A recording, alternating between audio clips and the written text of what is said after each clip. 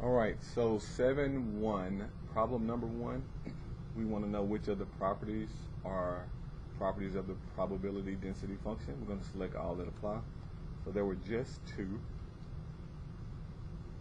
Height of the graph of the equation must be greater than or equal to 0 for all possible values of a random variable. That was 1.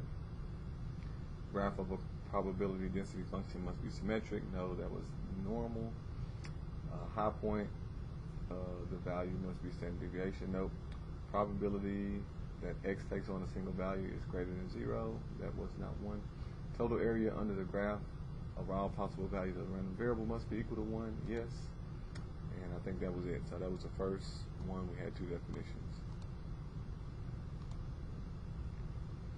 All right, number 2, we want to figure out which properties are properties of the normal curve.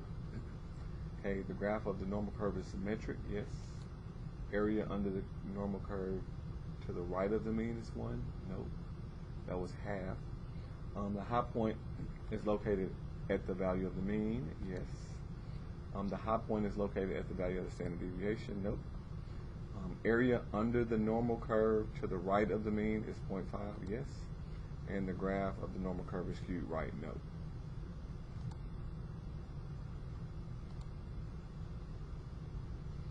All right, number 3, we want to determine whether the following can represent a normal curve.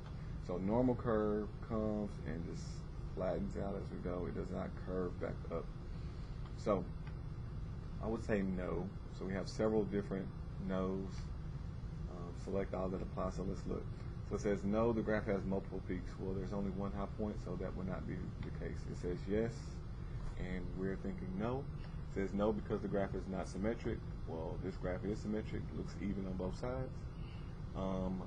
E, no, because the graph is symmetric about the mean. That would not be right because it is symmetric about the mean.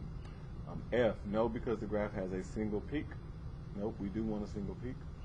No, because the graph approaches the x-axis as x increases and decreases without bound. No, because the graph approaches. That would be correct if it did. And this one says no, because the graph does not approach x-axis as x increases and decreases without bound. So this would be the reason. That graph is supposed to get close to the x-axis as we go further left and right.